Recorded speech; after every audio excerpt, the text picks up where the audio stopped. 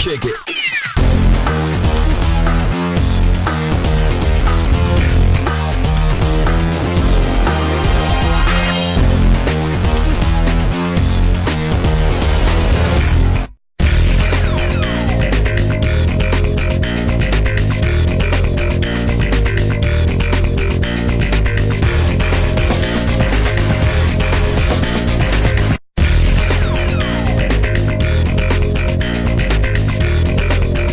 Folks, continuing coverage here at the Consumer Electronics Show, and we're in the HD Radio, I guess it's the consortium booth. Is that the correct way to say that, or the organization? We're iBuiquity Digital. We're the developers of HD Radio. Okay.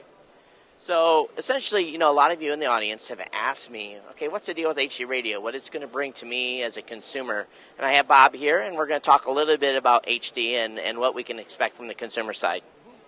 Hi, I'm Bob Dillon. I'm Vice President of Semiconductor Business Development for iBuiquity. HD Radio is a way for broadcasters to offer digital services to consumers that have come to expect digital services. The easiest one to understand is better quality. AM sounds like FM, FM sounds like a CD. But on FM multicasting, there's much more content than is available on the radio dial. And it's given broadcasters a chance to get back to experimental roots, like with the transition to FM. And let me just give you a couple examples of things we've seen that were compelling to me personally. In New York, on one of the flagship hip-hop stations, you have urban on the main channel, you have Latin urban on the secondary channel. On the hits station, there's current hits on the main channel, there's 90s hits on the secondary, and on the third channel there's 80s hits. In Dallas, we heard a rock station, and on the secondary, or country station, and on the secondary there was country fusion. And so it would be any song that had any country flavor. It could have been country gospel, it could have been southern rock, it could have been classic country, anything that had any country flavor. So, those things complemented one another. In other cases, they're unrelated. So, for example, in New York, there hasn't been a country station.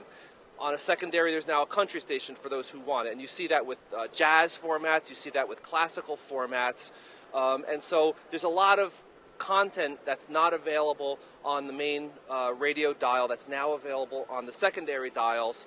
That's compelling content. And for consumers, you can get that content on a free advertising supported basis. You buy the HD Radio, and from that point forward, it's free content, advertising supported the way you're used to radio.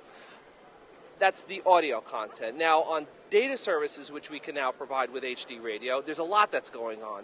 In our booth, we're demonstrating one such service in MSN Direct, the ability to put Microsoft network data over the radio system for things that are appropriate where radio is consumed, things such as gas prices, movie times, weather, real-time traffic information.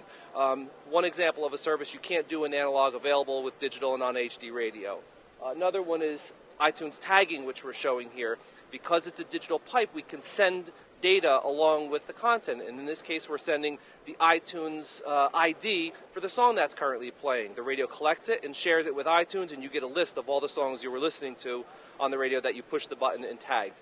So these are services that the consumer can't get today on radio, and frankly on any other service that's available with HD Radio. That's very interesting, and I think that maybe what it's going to allow is maybe some of these stations that are going to have some alternate channels that are available on HD to possibly allow DJs to be DJs again. Is that what you're seeing?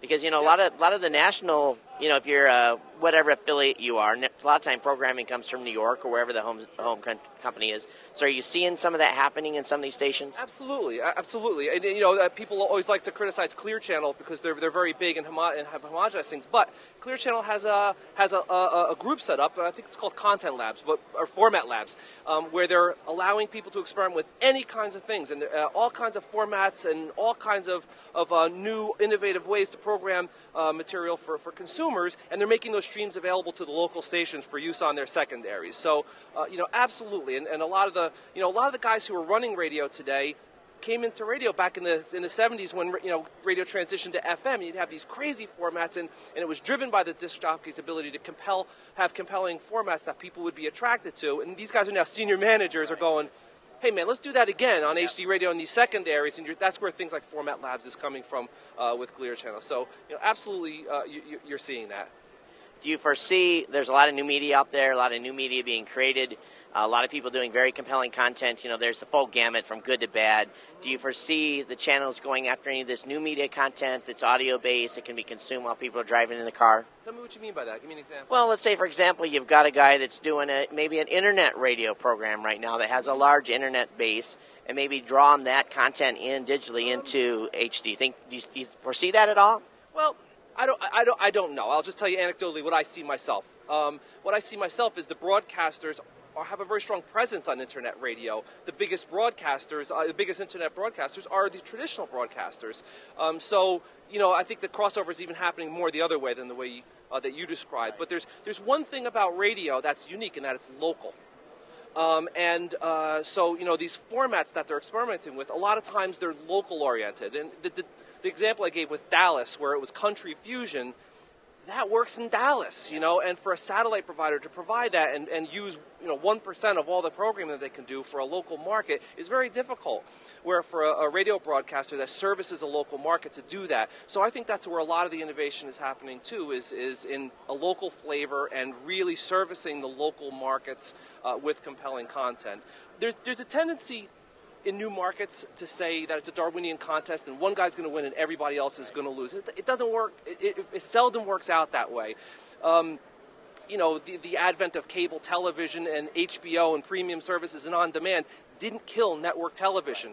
It created a bigger market for video services that ultimately everybody benefited. And there's no reason to believe that that won't play out here as well. There's room for a lot of different things. And the one thing that we're going to do very well is we're going to bring very compelling local content, very compelling local information, very compelling local programming, and we're going to wrap services around it that make sense for the service that we're bringing, some of them that we're showing here today.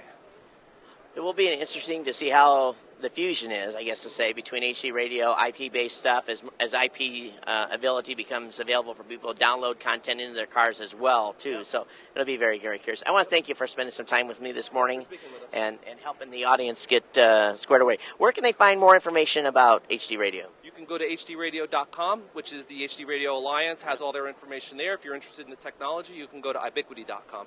iBiquity.com. That's probably where a lot of our audience members will be looking as well for the technology end as well. As consumers, you want to go to HD, and as technologists, you'll want to go to iBiquity, I would say. Thank you so much. Okay, thank you. Kick it.